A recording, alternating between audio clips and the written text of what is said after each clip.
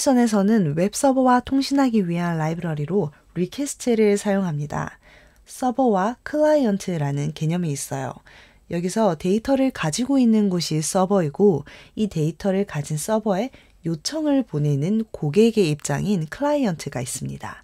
저희는 서버에 데이터를 요청을 하기 때문에 저희의 입장은 클라이언트라고 할 수가 있겠죠. 이 클라이언트는 요청, 즉 리퀘스트를 보냅니다. 데이터를 주세요라는 요청을 보내는 것이죠. 그럼 서버는 이 요청을 받고서 그에 맞는 응답을 합니다. 즉 리스폰스를 보내는데요. 오케이, 잘 접속이 되셨어요. 데이터를 드릴게요 라는 의미로 200이라는 레스폰스 값과 함께 데이터를 보내주기도 하고 404, 해당 페이지 또는 리소스를 찾을 수 없을 때에는 not found라는 404 레스폰스를 보내줍니다.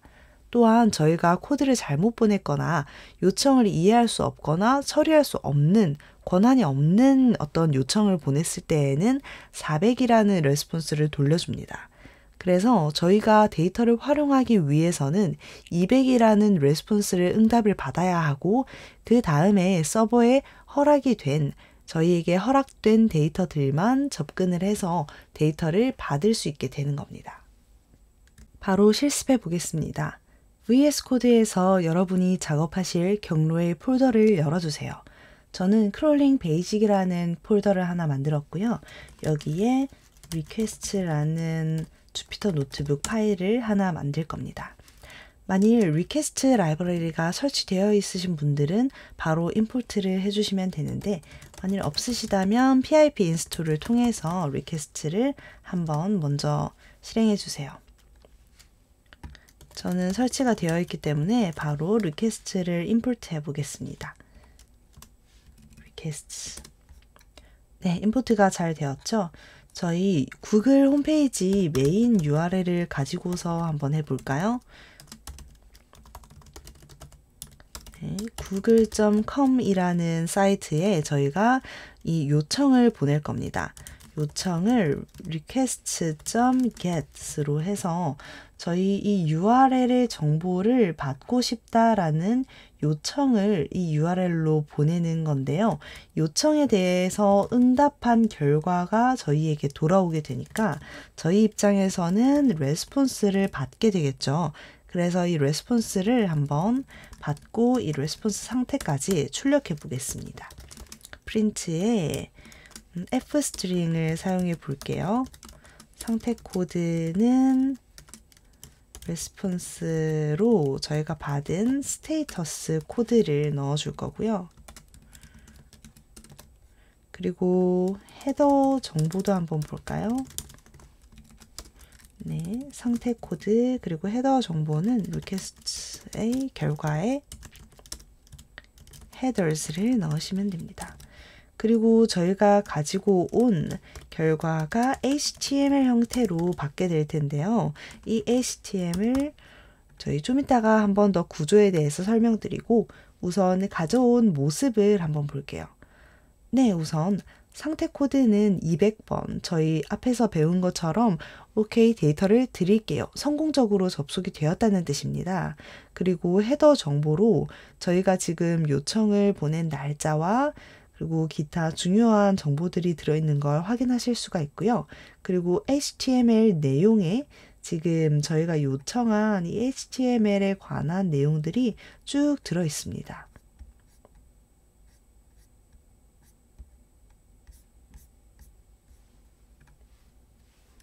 저희가 요청을 보냈던 URL인 google.com에 접속했습니다. 저희가 상태 코드와 함께 헤더 정보와 HTML 내용을 응답을 받았었죠. 그렇다면 정말 그 내용이 맞는지 이 google.com의 홈페이지 HTML 구조를 확인해 보겠습니다. 윈도우 기준으로는 F12를 눌러주시면 되고요. 맥 유저분들은 옵션 커맨드 I를 누르셔도 이 페이지를 확인하실 수 있어요. 여기는 크롬 개발자 도구라는 공간인데요. 이 개발자 도구에서 저희는 이 페이지가 어떻게 구성이 되어 있는지 HTML 구조를 확인해 볼 수 있습니다. 자, 저희 구조 한번 볼까요? HTML 아이템 스코프라고 되어 있고요. 아이템 타입은 schema.org라는 내용으로 기재가 되어 있네요. 저희가 받아왔던 내용 도입부 한번 보겠습니다. 자, 닥타임 HTML이고요. 아이템 스코프고 아이템 타입이 schema.org라는 것으로 저희가 가져온 데이터와 내용이 같다라는 것을 확인하실 수 있습니다. 자, 저희가 받아온 데이터는 지금 여기에서 보시는 이 화면에 해당하는 데이터예요. 그런데 저희가 이 웹사이트에 전체를 가지고 온 다음에 그러면 이제 이 HTML 구조에 해당하는 부분, 예를 들어서 저희는 여기에 I'm feeling lucky라는 이 문구 자체를 가져오고 싶을 수도 있죠. 그러면 개발자 도구에서 이 버튼 어떤 특정 요소를 클릭을 한 다음에 그게 HTML에 어디에 해당하는지 보여주는 이 아이콘을 클릭한 다음에 확인하고 싶으신 공간에 마우스를 가져다 대시면 이렇게 이 부분이 어떤 HTML에 해당되는지에 대한 설명과 함께 주소가 바로 여기에 표기가 됩니다. 웹크롤링에서의 핵심이라고 할 수 있는 HTML의 구조에 대해서 이해하고 넘어가 보겠습니다. 먼저 HTML은 하이퍼텍스트 마크업 랭귀지의 줄임말인데요. 웹페이지의 구조를 정의하고 표시하는 마크업 언어라고 할 수 있습니다. 이 HTML은 태그들로 구성이 되어 있어요. 태그는 각 요소의 역할을 정의하고요. 이를 통해서 웹브라우저가 어떻게 페이지를 표시하고 있는지를 알 수 있습니다. 이건 가장 기본적인 구조를 한번 적어봤어요. 차례차례 한번 살펴볼게요. 먼저 가장 상단부에는 HTML 문서 형식을 정의해 줍니다. 그리고 이 HTML 문서가 어디부터 어디까지인지 시작과 끝 지점을 표기해 주는데요. 시작을 할 때에는 이렇게 꺽쇠로 감싸주고 끝나는 부분에서는 이 꺽쇠가 끝난다라는 의미로 앞에 슬래시를 하나 추가한 부분을 표기해 줍니다. 그 다음으로 핵심이 되는 부분인 헤드와 바디가 있는데요. 먼저 헤드는 이 문서에 관련된 정보를 포함하는 부분이에요. 이 문서, 즉 이 페이지의 제목이 어떻게 되는지에 대한 정보 혹은 또 다른 중요한 정보들이 들어갈 수 있겠죠. 이 헤드를 정의를 한 부분이 끝나고 나면 바디가 시작이 되는데요. 이 바디는 실제로 사람들에게 보이는 컨텐츠를 포함하고 있는 부분이에요. 그래서 이제 H1, H2, H3로 갈수록 조금씩 더 작아지는데 큰 글씨, 즉 제목 같은 걸 표기할 때 사용하는 태그인 H 태그가 있고요. 문단 같은 걸 표기할 때 사용하는 그냥 일반 글자를 일반적으로 표기할 때에는 P 태그를 사용을 합니다. 그리고 A 태그는 약간 특이한데요. 저희가 웹페이지를 탐색을 하다 보면 어떤 특정 글자나 특정 이미지를 클릭하면 다른 링크로 넘어가게 되는 게 있죠. 그 부분은 이렇게 A 태그를 사용해서 혹은 또 다른 태그를 사용해서 링크 주소를 여기에 함께 걸어줍니다. 그래서 그 요소를 클릭하게 되면 그 링크 주소로 넘어가게 되는 거죠. 저희가 파이썬에서도 작업을 하듯이 어떤 특정 태그나 특정 코드에 대한 설명이 필요할 때가 있죠. HTML에서는 꺽쇠, 느낌표, 대시대시로 주석을 시작하고 대시대시 꺽쇠 닫아주는 형태로 이 주석을 표기하고 필요한 설명들을 같이 기재해 둘 수 있습니다. 이제 뷰티풀숲에 대해서 배워보겠습니다. 그 전에 웹크롤링의 전체 프로세스에 대해서 한번 짚어드릴게요. 가장 먼저 지난 시간에 배운 대로 웹페이지의 HTML을 리퀘스트를 통해서 가져옵니다.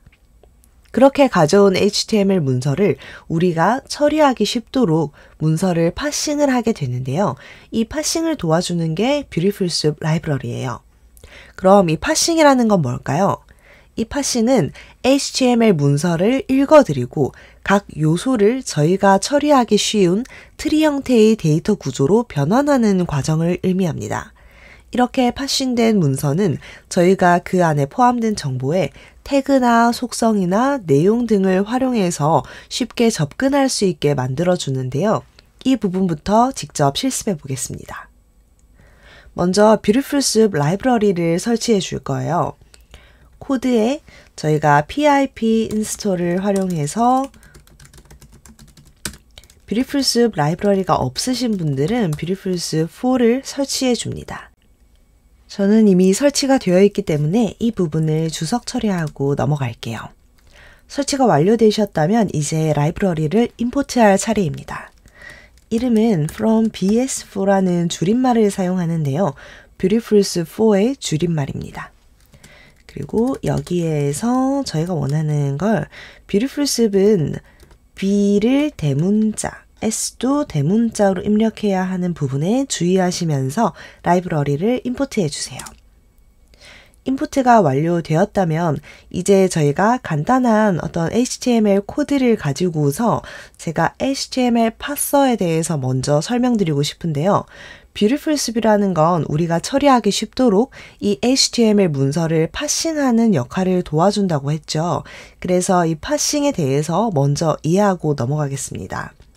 자, HTML 코드를 이해할 수 있도록 저희가 마크다운 코드를 하나 만들어 볼 텐데요. 자, 파이썬 코드가 아니라 마크다운 코드를 하나 새로 만들어 주세요. 제가 위에 적어둔 이 부분을 저희가 HTML 코드로 비슷하게 작성해 보겠습니다. 자, 마크다운 셀을 열어주시고요. 여기에서 저희가 HTML 문서를 한번 정의를 해 볼게요.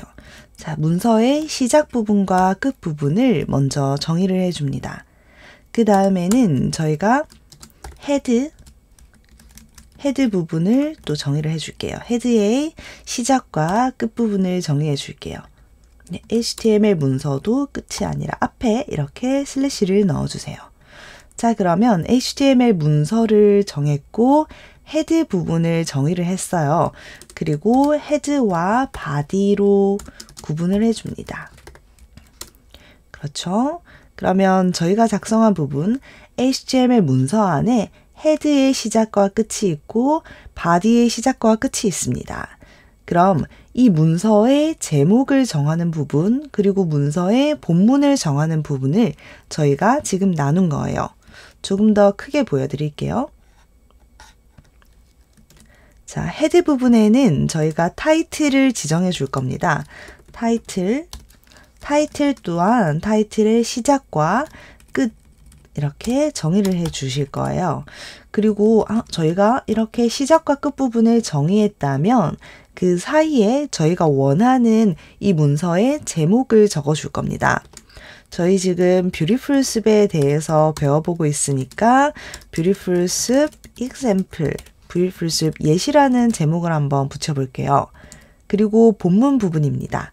자, 본문에서는 이제 저희가 H1 그리고 H1이 끝나는 부분 이렇게 지정을 해 줄 건데요.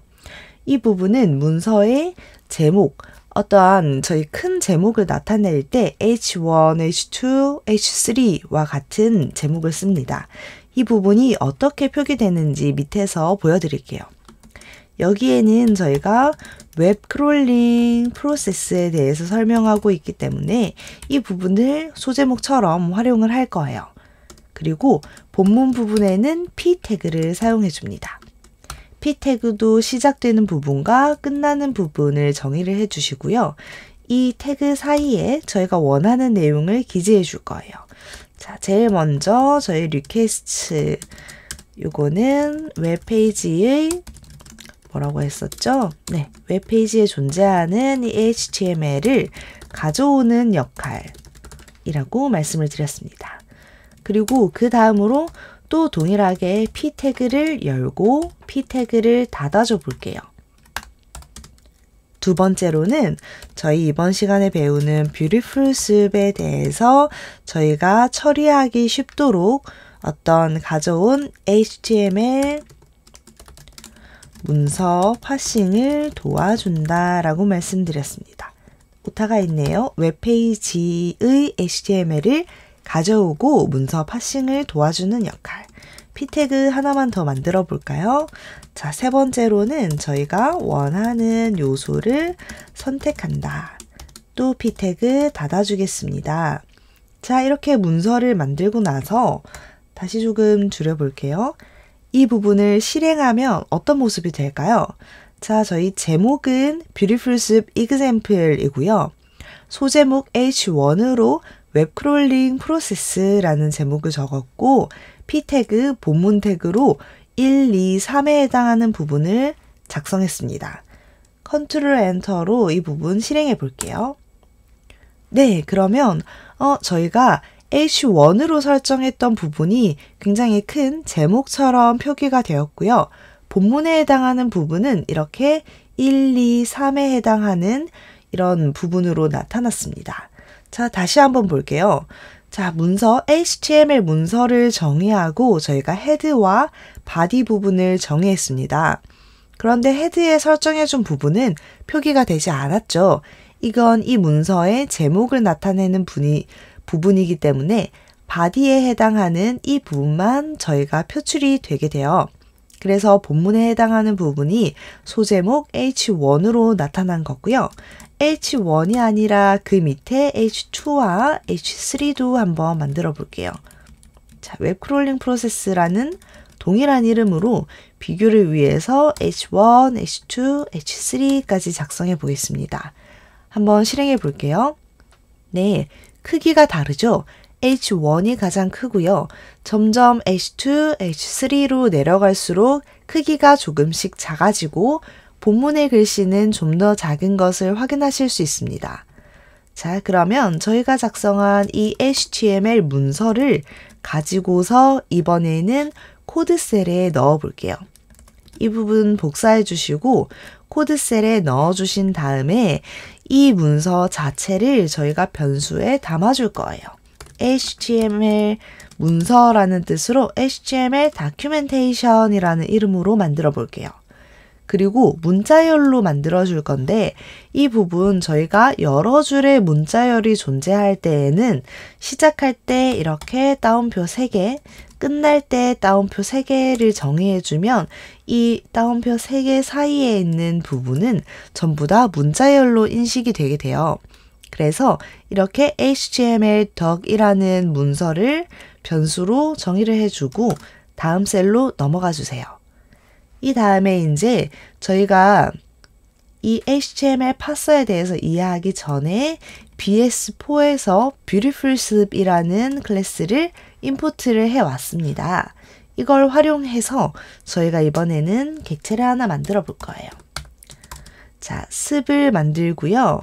이건 저희가 가지고 온 Beautiful Soup을 활용해서 만들 거고 이 안에 저희가 방금 만들어준 이 HTML doc을 넣어줍니다. 이 문서를 Beautiful Soup을 활용해서 HTML을 파싱한다. 즉 파싱을 해주기 위한 도구인 파서를 활용해서 이 문서를 파싱해 줄 거예요. 자, 그러면 습 객체를 생성했어요. 그럼 이제 이걸로 무엇을 할 수 있냐면요. 저희가 원하는 요소를 굉장히 간단하게 추출할 수 있게 돼요. 자, 저희가 이 문서를 파싱을 했죠. 그리고 이 문서 안에는 타이틀, 그리고 헤드, 조금 헷갈릴 수 있겠네요. 타이틀 부분, 그리고 소제목. 이 H는 헤딩이라는 뜻인데요. 이 헤드 부분과 구분하기 위해서 헤딩 1이라는 이름을 한번 지정해 주고요. 여기에는 본문, paragraph라는 뜻이기 때문에 P라는 걸 사용하는데 이걸 각각을 요소를 한번 추출해 볼게요. 타이틀과 H1, P에 해당하는 부분을 추출해 보겠습니다. 자, 타이틀은 저희가 습에서 타이틀이라는 걸 가져올 거고요. 그리고 헤딩 부분, 헤딩 1이라고 해볼까요? 이건 습에서 저희가 H1에 해당하는 부분, 그리고 마지막으로 paragraph라는 변수에다가 저희 습의 P에 해당하는 부분을 가지고 와 보겠습니다. 자, 이 부분을 모두 변수에 담아주고요. 이 부분의 변수에 해당하는 텍스트를 출력해 볼 거예요. 자, 타이틀. 저희가 만들어준 이 타이틀의 텍스트를 출력해 볼게요. 네, Beautiful Soup Example이라는 저희가 만들어 놓은 타이틀에 해당하는 부분에 텍스트를 가지고 왔습니다. 자, 그러면 텍스트가 아니라 그냥 타이틀을 가지고 오게 되면 네, 이렇게 타이틀에 해당하는 문서의 시작과 끝부분이 같이 추출이 돼요. 저희가 원하는 건 이 태그 안에 있는 부분이기 때문에 이 태그 안에 있는 텍스트만 가지고 온다라는 의미로 텍스트라는 걸 활용해 줬습니다. 자, 그러면 헤딩 1도 한번 추출해 볼까요? 이 부분 주석 처리를 해 두고요. 헤딩 1.text. 그러면 어떻게 될까요? 네. 저희가 H1에 지정한 웹 크롤링 프로세스에 해당하는 게 출력돼야 될 겁니다. 네, 잘 출력되는 걸 확인하실 수 있죠? 자, 그러면 마지막으로 paragraph에 해당하는 부분을 텍스트로 출력하면 어떻게 될까요? paragraph. 자, 저희가 p 태그에 해당하는 건 하나, 둘, 세 개가 있었어요. 그럼 이 paragraph.txt를 출력하게 되면 네, 이 중에서 하나만 가지고 오네요. 맞아요. 저희가 지정해 준 부분에서 가장 처음 등장하는 걸 먼저 가지고 오는데요. 자, paragraph는 지금 p 태그 중에서 제일 첫 번째 것만 가지고 왔어요. 그럼 이 부분을 전부 다 가져오고 싶다라면 저희가 이 습 중에서 find all이라는 걸 활용해 줄 거예요. 자, 그럼 paragraph가 아니라 paragraph all이라는 걸 한번 만들어 볼게요. 자, 그리고 p 태그를 전부 찾고 싶어요. 그럴 때는 숲에서 find all이라는 걸 활용해 줍니다. 그리고 p를 사용해 줄 거예요. 그러면 paragraph all은 습에서 p를 모두 찾은 값들이 담겨 있는데요. 한번 출력해 볼게요. paragraph all. 저희가 원하는 대로 p 태그에 해당하는 것들이 여기에 보니까 꺽쇠 대괄호가 있어요. 리스트 형태로 쉼표로 구분되어서 하나, 둘, 세 개가 담겨 있네요. 자, 그러면 이 부분을 텍스트로 출력하면 어떻게 되는지도 한번 볼게요. 이 paragraph all은 두고요. paragraph all의 텍스트 아래에서 출력해 보겠습니다. .text. 네, 바꾸려고 하니까 에러가 발생해요. 이 result set이 텍스트라는 걸 가지고 있지 않다고 하네요. 그럼 저희 이럴 때는 어떻게 해야 될까요? 자, 저희가 이 paragraph all은 리스트 형태라고 말씀드렸죠? 그래서 이 리스트를 하나씩 순회를 하면서 텍스트를 적용을 해줘야 돼요. 자, 한번 적용해 볼까요? 자, 이 paragraph all에 있는 것 중에서 p라고 한번 변수명을 다시 만들어 줄게요. 자, p는 이 paragraph all을 순회를 하면서 거기에 있는 요소 하나하나를 가지고 오서 여기에다가 저희는 프린트를 해 볼 거예요. p의 텍스트를 출력한 값을 말이죠. 이 코드를 한번 실행해 볼게요. 네, 저희가 이렇게 리스트 형태로 습의 finder를 활용해서 담아둔 걸 전체적으로 한 번에 텍스트로 만들 수는 없지만요. 여기 각각의 요소 하나하나에는 접근을 해서 텍스트로 추출을 할 수 있습니다. 그래서 작업을 하실 때에는 저희가 원하는 태그를 전체를 다 가지고 와서 그 중에서 리스트를 순회하는 이 포문에 대한 활용을 굉장히 많이 하시게 될 거예요. 그렇기 때문에 이 부분에 대한 지식이 부족하신 분들은 꼭 복습을 많이 해주시고 저와 함께 이전 강의에서 파이썬 기초에 대해서 잘 갈고 닦으신 분들은 그 부분을 기반으로 해서 계속해서 진행해 주시면 너무 좋을 것 같아요. 이제 실제로 웹사이트에 접근해서 하나씩 차근차근 실습을 해 볼 텐데요. 그 전에 가장 중요한 게 있습니다. 각 웹사이트는 웹사이트를 만들 때 크롤링을 어디까지 허용을 할지 혹은 허용하지 않을지를 지정해둔 문서를 기록해 두는데요. 바로 robot.txt입니다. robot.txt를 가장 루트 상단의 주소에서 robots.txt를 입력해 주시면 바로 접근하실 수 있어요. 이 부분에 대해서 많은 분들이 크롤링을 하실 때 간과하시는 부분인데 꼭 이걸 확인해야 하는데요. 이 부분은 어떠한 법적인 규제가 있는 것은 아니에요. 하지만 이 웹사이트를 운영하는 사람들이 유저 보수로 하여금 크롤링을 여기까지는 저희가 허용을 하겠지만 이 부분은 허용을 해주지 않고 싶다라고 표기를 한 부분이거든요. 그래서 굉장히 보수적으로 접근을 해서 여기에서 허용이 되지 않고 있다라면 크롤링을 하지 않는 게 안전하겠다라고 생각해 주시는 게 제일 편합니다. 어쩌면 이 부분 때문에 문제가 발생할 수도 있으니까요. 꼭 이 robot.txt를 기재되어 있는 것을 확인해 주시고 그 다음에 진행 여부를 결정해 주세요. 자, google.com의 robot.txt를 확인해 볼게요. 자, user agent가 자, 요렇게 스타 표시가 되어 있는데요. 아래쪽에 다른 걸 보시면 유저 에이전트를 이렇게 다 각각 다르게 설정을 해 두기도 해요. 그런데 스타 표시는 이 아래에 표기된 특정 기재된 것 외에 모든 유저들을 의미합니다. 어떤 사람이 접근하든 간에 서치에 대한 부분은 허용하지 않겠다. 즉 저희가 google.com에서 search라는 부분을 입력하게 되면 자, 들어가게 되는 부분이 있어요. 자, 예를 들면 구글에 아무거나 한번 검색을 해볼까요? 자, 인기 급상승 검색어를 검색을 해봤습니다. 자, 그러니까 google.com 뒤에 이 search라는 게 붙죠. 자, 그러면 이 search가 들어간 모든 부분에 대해서 허용하지 않겠다라는 뜻이기 때문에 이 페이지에 대해서는 크롤링을 하실 수 없습니다. 대신에 허용이 되어 있는 부분들도 있어요. 자, 이 부분들은 어떤 부분일까요? 자, search 다음에 about이 붙어 있는 게 있네요. 한번 확인해 볼까요? search 다음에 about으로 시작되는 부분에 대해서 접근을 해 봅니다. 지금 여기에서는 제가 S까지 지워버렸네요. 네. 이 search를 어떻게 하는지 설명해 놓은 문서가 있는데 이 부분에 대해서는 또 크롤링을 하셔도 된다라는 내용이 기재되어 있죠. 그럼 모든 유저에 대해서 어떠한 검색 결과를 허용하지는 않지만 이 검색이 어떻게 작동하는지에 관한 문서는 허용되어 있다라는 걸 확인하실 수가 있고요.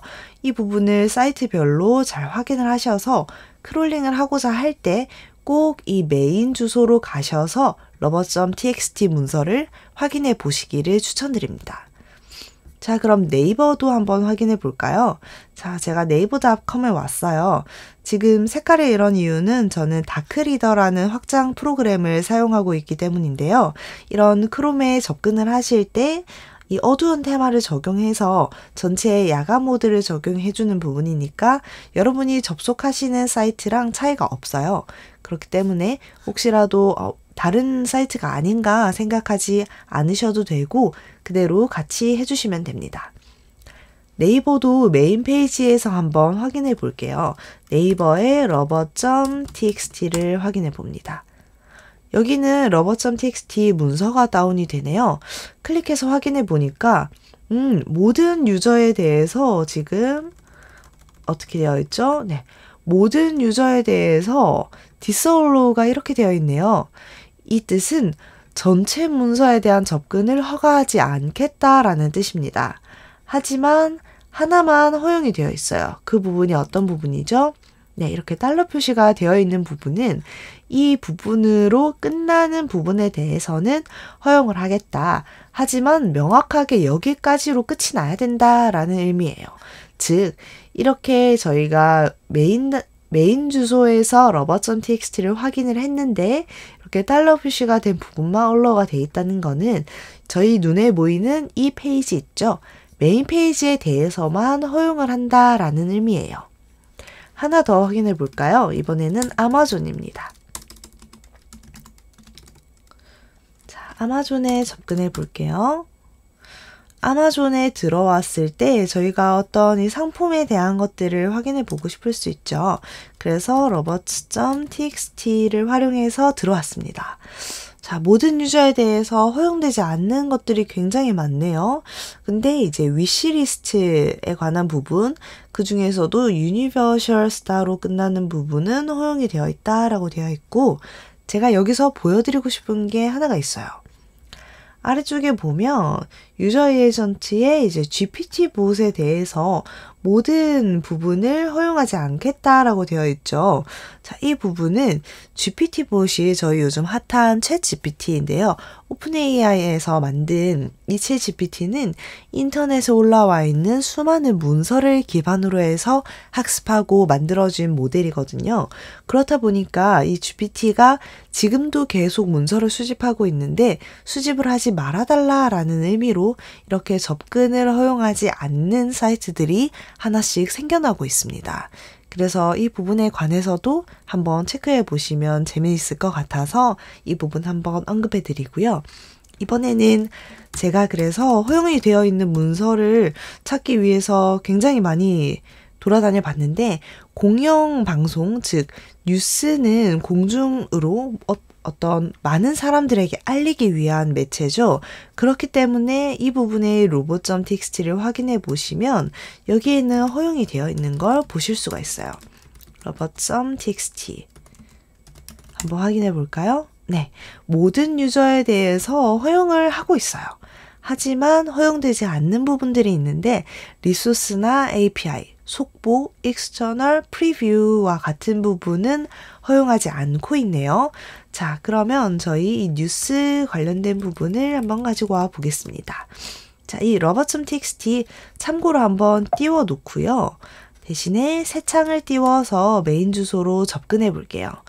그리고 나서 저는 분야는 전체로 선택을 하고 이 전체 페이지에 있는 문서들을 한번 크롤링을 해볼 건데, 이 중에서 저는 여기에 날짜 표기가 되어 있는 부분이 있어요. 이 날짜로 표시되어 있는 부분 안에 있는 이 내용들을 크롤링하고 싶거든요.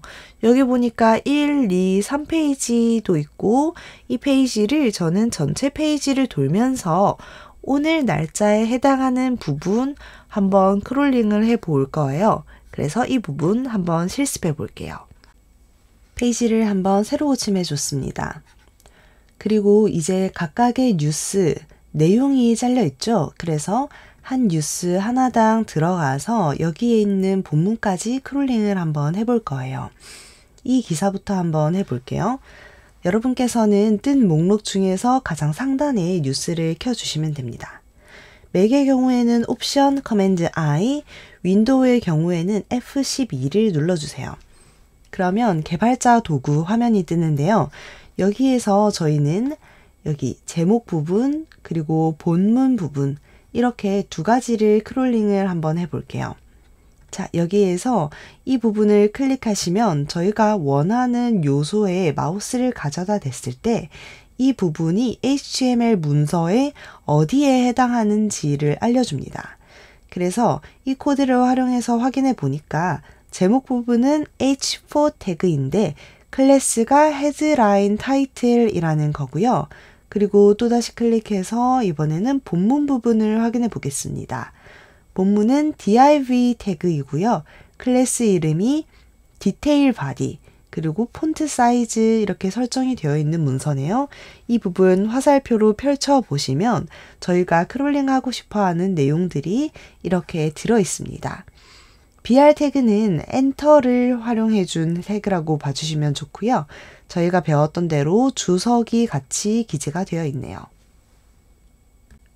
이 페이지의 URL을 먼저 복사해 주시고요. 그리고 VS 코드로 이동합니다. 새로운 파일을 하나 만들어 줄게요. 저희 KBS 뉴스 한 개를 가지고 올 거죠. ipynb로 파일을 하나 만들어 주겠습니다. 그리고 가장 먼저 하셔야 하는 일은 이제 라이브러리들을 임포트해 오는 건데요. 임포트 리퀘스트, 저희 웹사이트에 접근하기 위한 리퀘스트 라이브러리와 그리고 이 문서를 파싱하기 위한 뷰티풀스 라이브러리를 임포트해 옵니다. 그리고 저희가 방금 뉴스 한 개에 먼저 크롤링을 해보기로 했죠. 뉴스를 크롤링 해봅니다. 자, 저희가 복사했던 URL을 URL이라는 이름으로 저장해 보겠습니다. 그리고 문자열로 이렇게 따옴표를 씌워주세요. 그러고 나면 저희가 이 URL을 먼저 지정을 해줬고요. 이 URL에 리퀘스트를 통해서 접근을 해야겠죠. 그러면 이 requests 라이브러리를 활용합니다. requests.get 그리고 저희가 지정한 URL을 넣어줄 거죠. 그리고 여기에서 저희가 이렇게 URL에 접근을 해서 가지고 온 결과물이 어땠는지 한번 볼까요? URL 리퀘스트 코드를 다시 한번 보겠습니다. 저희가 지금 필요한 내용은 이 HTML 내용 부분이에요. request.get을 통해서 이 URL에 접근을 했고 만약 성공적으로 접근을 했다라면 이 URL의 텍스트 결과를 HTML 내용으로 받아올 겁니다. 그래서 이 URL에 접근해서 얻어온 텍스트 결과를요. 저희는 HTML 문서다라는 이름으로 이 변수 이름으로 한번 지정을 해줘 볼게요. 코드가 조금 안 보이죠? 조금 크게 만들어 보겠습니다. 네, 이제 뉴스 한 개를 크롤링해서 이 문서를 가지고 왔어요. 이 문서 한번 코드를 실행해서 확인해 보겠습니다. 네, 리퀘스트를 통해서 이 URL에 접근을 했고 거기에 있는 텍스트들을 이렇게 쭉 가지고 왔습니다. 내용이 정말 많아요. 그쵸? 그럼 이 중에서 저희에게 필요한 내용들을 꼭 찾아내야 되겠죠? 그때 이 문서를 잘 활용할 수 있도록 도와주는 게 뷰티풀 습이라고 말씀을 드렸습니다. 이 뷰티풀 습에 저희 문서인 HTML 문서를 넣어주세요. 그리고 나서 지난 시간에 했던 코드 다시 한번 볼게요. 자, 이 HTML 문서를 가지고 온 다음에 HTML 파서를 설정을 해줬습니다. 자, 한번 설정해 줘 볼게요. html.parser 그리고 이걸 숲이라는 어떤 객체에 변수명을 지정해서 담아줘 보겠습니다. 자, 담고 나서 결과 한번 볼게요. 네, 저희 HTML 문서를 습을 활용해서 좀 더 다루기 쉽게 이렇게 정말 웹페이지의 구조 그대로를 살려줬습니다. 이 중에서 저희에게 필요한 내용들을 저희는 이제부터 찾고 가지고 와야 되겠죠? 자, 그러면 이 습을 확인을 해 봤으니까 습 중에서 저희에게 필요한 부분을 찾아볼 거예요. 다시 웹페이지를 확인해 봅니다. 웹페이지에서 이렇게 저희에게 원하는 H4 헤드라인 타이틀이라는 부분을 찾았어요.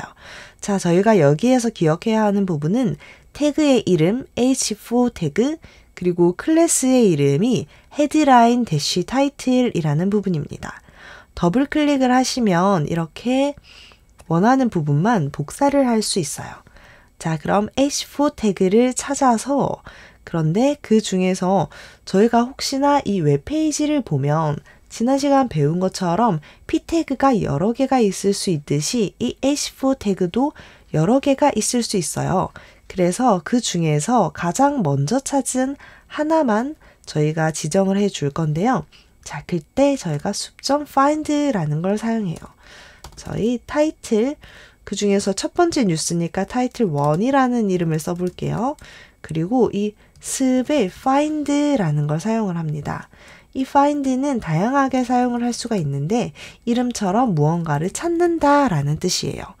그런데 find all이라는 걸 입력해주면 모든 걸 찾게 되고요. find 하나만 입력해주면 딱 하나만 찾게 되는데 저희는 그 중에서 태그 이름이 h4인 걸 찾을 겁니다. 이 h4 태그의 클래스 이름도 지정을 해줄게요. h4 태그이면서 클래스의 이름이 자, 클래스 다음에 아래 대시 하나 입력해 주시고요. 클래스의 이름이 뭐였죠? 헤드라인 대시 타이틀이었어요. 복사를 해서 넣어줍니다. 그리고 이 타이틀 1 잘 가져왔는지 한번 확인해 볼까요? 네, 예쁘게 잘 가져와졌습니다. 그럼 이 타이틀 1에서 저희가 지금 보니까 이 태그 이름과 클래스 이름들이 다 같이 들어있어요. 저희가 원하는 건 이 텍스트 부분이죠.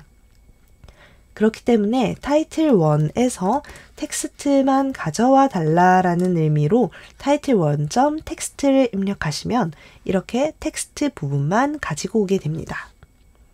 자, 그러면 저희 본문도 한번 가지고 와 볼까요? 자, 코드를 하나 더 만들어 봐주시고요. 본문, 첫 번째 본문이라는 의미로 body1을 사용을 하고 습.find를 활용할 겁니다. 다시 웹페이지 보러 갈게요. 여기에서 본문 부분에 마우스, 자, 이 버튼 클릭하신 다음에 마우스를 가져가시면 이 태그가 어디인지 또 볼 수 있어요. 자, 그리고 여기에서 이렇게 이동을 하면 지금 이 블럭이 어느 부분이구나를 저희가 눈으로 확인해 볼 수도 있습니다. 지금 저희에게 필요한 부분은 이 부분이죠. 클래스의 이름이 디테일 바디 폰트 사이즈인 것 복사해 주시고요. div 태그라는 점 기억하고서 다시 코드로 돌아갑니다. div 태그를 찾을 건데 클래스 이름은 저희가 복사한 값을 넣어줘서 찾아줍니다. 그리고 body1 출력해 볼게요. 저희가 원하는 대로 이 본문의 텍스트 값들이 이렇게 쭉 크롤링이 잘 되어 있습니다. 그럼 이 body1의 텍스트만 추출하기 위해서는 어떻게 해야 할까요? 네, body1.text를 활용해서 텍스트 부분만 이렇게 가지고 오실 수 있습니다. 자, 그러면 저희가 이렇게 데이터를 가지고 왔어요. 그런데 이 데이터를 파일로 어떻게 저장할 수 있을까요? 네, 판다스 라이브러리를 같이 활용할 겁니다. import pandas as pd. 그런데 저는 이 임포트 해오는 부분을 상단부에 모두 저장을 같이 해두는 편이에요. 그렇게 하면 이렇게 라이브러리를 불러온 것들만 봐도 어떠어떠한 작업들을 했겠다 하는 것들을 볼 수 있습니다. 그리고 이렇게 이 라이브러리를 설정해 줘야 되는 부분에 있어서 중간중간 끊어져 있으면 저희가 코드를 가끔 중간부터 실행해야 될 때도 있거든요. 그럴 때 필요한 라이브러리가 없는 경우도 있기 때문에 상단부에서 설정을 해 주시고 내려가셔서 작업하시는 걸 추천드릴게요. 자, 그러면 이 판다스에 활용하기 위해서 저희가 지금 이 웹사이트에 접근했던 이 URL 그리고 이 URL에서 가지고 온 제목 그리고 바디, 본문 이렇게 데이터 프레임으로 한번 만들어 볼게요. 자, 데이터라는 이름으로 만들어 주고요. 딕셔너리 형태로 먼저 만들어 볼게요. 자, 뉴스 URL이라는 컬럼에는 저희 URL이라는 내용 넣을 거고요. 그리고 제목 컬럼에는 타이틀의 텍스트로 설정해줬던 부분, 타이틀 1의 텍스트로 설정한 부분을 넣을 거고요. 그리고 내용이라는 컬럼에는 body 1의 텍스트를 넣을 거예요. 자, 그리고 데이터 프레임으로는 저희가 데이터 프레임을 만들 건데 여기에 들어가는 데이터를 저희가 방금 만들어준 이 데이터를 넣어줄 겁니다. 자, 설명을 한번 적어 볼게요. 딕셔너리라는 데이터 구조에 저희가 원하는 데이터를 담습니다. 그리고 데이터 프레임에 저희가 만든 데이터를 정확히는 저희가 만든 데이터를 데이터 프레임 구조로 만들어 줍니다. 그리고 나서 마지막에 하는 작업이 이 데이터 프레임을 CSV 파일로 저장합니다. 그래서 이 CSV 파일로 저장할 때는 df를 CSV로 저장한다는 의미로 toCSV를 활용하고요. 여기에서 첫 번째 뉴스1 kbs.csv 파일로 전달을 하는데 저는 보통 저장되는 이 인덱스를 false로 주는 편이에요.